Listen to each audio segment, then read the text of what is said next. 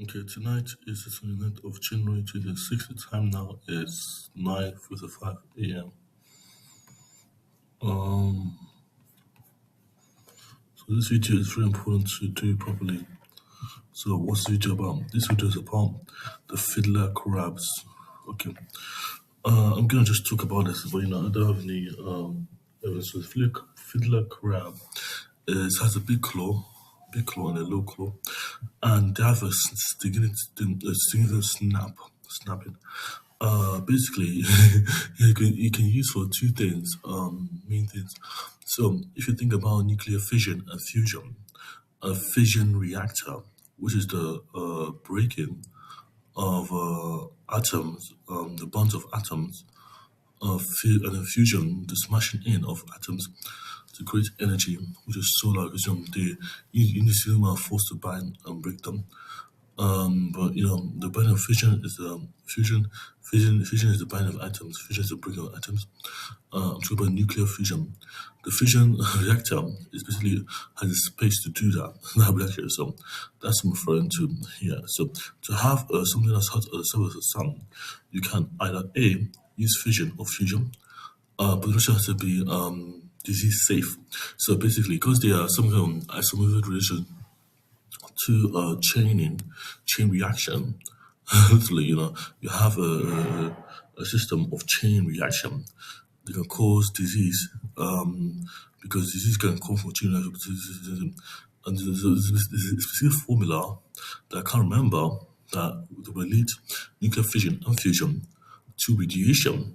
And radiation is the isomorphic relation of disease modeling. So it's a threat modeling for disease of unstable system, which should be used for artificial genesis system modeling of growth curves, trajectory of doesn't matter the soil thing that's growing, whether it's enamel or cells. There's a thing that can be cancer. Figure the sheer relation between cancer and general structures of cancer and via the principle of the product. So my goal here is to define this thing properly, but because I'm going to sleep, so you can have a crab with a big finger, and that crab with a big pincher, and that pincher is a big pincher that what pinches makes a bubble in the ocean floor, but that bubble is basically for the crab opening its big face, open, using creating force, creating space. Basically, the crab shuts its claws and then opens the space around the claws, and this claws has a bubble inside, and this bubble has, when it's fully open, has a temperature that's the sun. When the crab creates a bubble under the water, the bubble has air, but where the air comes from? The air came from the water around the bubble, but it's a space around the water and the bubble. But this is so you see this bubble. This bubble represents either two things: a fuse which is detonate, ready to fuse, something that you fused, in like a half fuse. If you think about grenades, you have a grenade, and you have a grenade that's imploding, not exploding. This is what it represents. So, for the grenade to be initiated, it has to be implode. So, because the space around them, the space was the atmosphere. This one is air. There's something in the atmosphere that wasn't there, and that was unstable.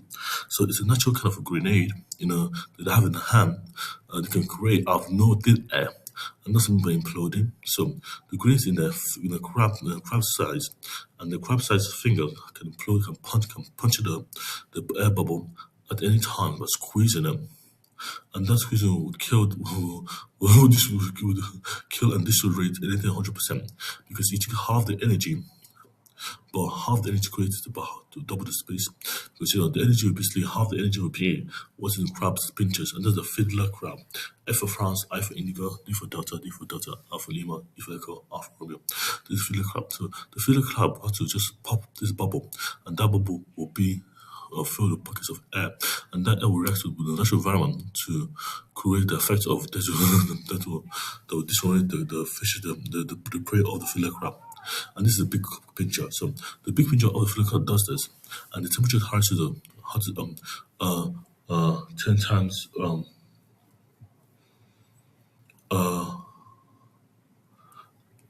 5 times the hot as the surface of the sun. No, is it 10 times the hot? I don't know.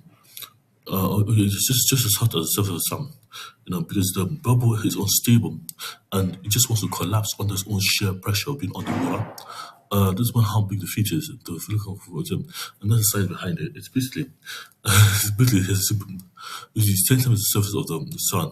No, surface of the sun. No, it's not the surface. It doesn't feel like, so this can be used for fission and fusion, for stable isotopic, stable, because it has to dissipate into the environment somewhere.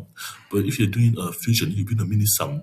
This will look like a mini sun. So mini sun will have the same stability to power some system, but if you keep the sun enough to take all the energy out of the system before it collapses on itself. So that's the goal. You don't want to create the sun and leave it on. You want to kill the sun and have kill the energy as soon as the sun is created. At least 10% of the energy before the full sun or sun mini sun really being figured. The mini sun project is basically that kind of problem. We can have a grenade can implode before it explodes. So it creates kind of structure.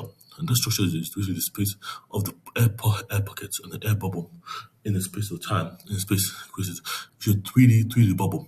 And then it holds that in space because the pincers represent the things that's holding it, and the pincers don't spin because this bubble has the structure of the pincers. So if I get a fiddler crab or be reaching this pincers, but you can start doing this without the pincers. So the pockets of air represent kind of half the dimensions of explosion, which is a full dimension of space that the system can resolve them because it's basically dynamically. This one is a real. You have to cook the rain.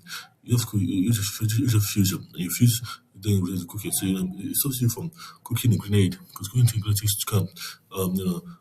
Cook or don't cook. Yes, cooking grenades is very good. You have to have a safe protocol so the grenade doesn't get talk about what's cooked. You understand? Because cooking grenades to set a timer, like 1, 2, 3, chuck it. And on 3 you get 2 more seconds before you have 2 more seconds before to get into the enemy territory and deal with the enemy because it's 5 seconds in a fuse grenade. And what I'm saying? So the safety measure for grenades 2 because you can use good and bad, but safety measure of grenades is basically for detonator safety because the air pockets allow you to be safe and avoid a chain reaction. Otherwise, you have no heavy standard grenade that's been cooked. So what I'm saying to you is basically a system of non-linearity, non-polarity that can disorientate the enemy by being safely allocated to the right size of the buffer. Because these ingredients start to implode, so you have 3 seconds. The game start to implode in 2 seconds. Once you leave your hand, because you cook it for 3 seconds, because you're by the 50 seconds level would be fully inflated, ready to cook, ready to throw, but on impact. So on impact, on the 5th impact, you still be holding the grenade, but it will not explode until it hits a surface that's not your hands. So that's why I love cooking. I love this idea of cooking. The 5 seconds represents the time you have. You can hold that time in space. Once you release the grenade, you are not in danger, and that's a very important. The meaning of the grenade is until the grenade or the imploding grenade is split leaves the physical medium it's in. Say that in 3 seconds or 5 seconds, it will not kill you because you still hold that space. It's in that space of time. Basically for military system, it's basically a system of military protocols, basically kind of thing of having kind of right way at the right time. Because cooking can be dangerous in the wrong circumstances. You have to have the perfect intuition to train well, not perfect. Well intuition to know how to use it, that you can it's cookable and use it cookable right. But I'm not doing doing the kind of danger around cooking grenades. I'm trying to no, I'm not dismissing it. I'm just like making sure that it's safe to use grenades. You play a lot of video games, Call of Duty. So the same for the nuclear reactor, the fission, which is the breaking of atoms to have a chain reaction. You have to break. It's like a domino effect. So anything that can be interwoven as a domino via a structure of a structure of like some kind of a cone, indicate the structure. Can have a coke phase, and the coke phase can grow in structure. And that's what we can call the string reaction, because the structure basically change via like a domino effect. One hits the other, one structure bonds with the other, by the other, now because there's so much force in them, and that's to create heat of fire, and that fire keeps burning and becomes radiation and dissipates as radiation, which is lethal to a lot of things around you. And that's in the sickness as well as fire. Because original poison is something so bad, it can destroy a lot of crops, a lot of food, and a lot of bad things can happen when you get radiated. So it's basically a radiation layer that you're trying to create for the cellular second. So radiation can enter some system and never mutate the DNA of the system. So you don't want that to happen to you because you're perfect. So you want to have a system that you don't like that stops the DNA from entering your skin, and that's the goal of the system. So have a chain reaction mitigation that absorbs or uses good energy from the radiation itself to reduce the effect of the radiation. But it's solar stable. What I call solar stable, because it's basically you can have the same energy as the sun when it just pops the bubble. That bubble is deadly, and that bubble becomes a death trap, and that death trap is what you don't want to have to you.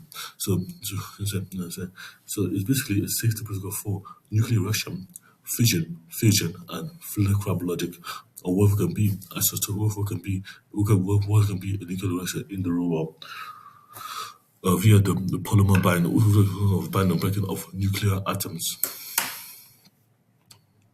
Because basically, I think basically you got the nuclei, which is the nuclei, but you can bring it with nuclei, so you can bring the nuclei, you can disassemble the atom fully, but that requires a lot of energy to do it. You just do it safely. But yes, I can bring the nuclei, but you have to use a safety way to do. You have to have some kind of a chain that keeps going on until the universe is broken, like a chain reaction. That's what you need. You need science. You need science. You need like a polymer structure to do it. So you can have a chain reaction. You need polymer, a coke reaction, coke or snowflake, the structure of snowflake, like a little snowflake. How a snowflake looks. So like the inside of snowflakes you have, but they can have chain reaction. They can form crystals, ice crystals. So the ice crystal means what you need to have that ice become an ice crystal, which is a chain reaction from the snowflake to the ice crystal and becoming ice. So they have a system of being. We have ice cubes and say, so they have a structure of being. So they can have more faster when you start to hit it. It's actually stable, but that's an energy structure. That is energy to go. So this is even for systems. And you've got a chip. The chip can hold inverse relay systems. Like a chip for like a computer chip is what I'm referring to. Like, if you have a phone, like you have a tracking chip, it knows where I'm at because it uses the phone data to signal me, and that's what the phone data does. The phone just has this data, so that's called an inference relay system too. So the phone just because if you go phone tracker, the relay system is just using the tracker that is not going to use it's already tracking you already because you already go through. This is why you see like a component at the back of your phone, and therefore it's a chip, and that chip is a tracker, but that tracker is in the back of your phone. It tracks your phone, but you don't use any power to track it. You use the minimum power to track the phone.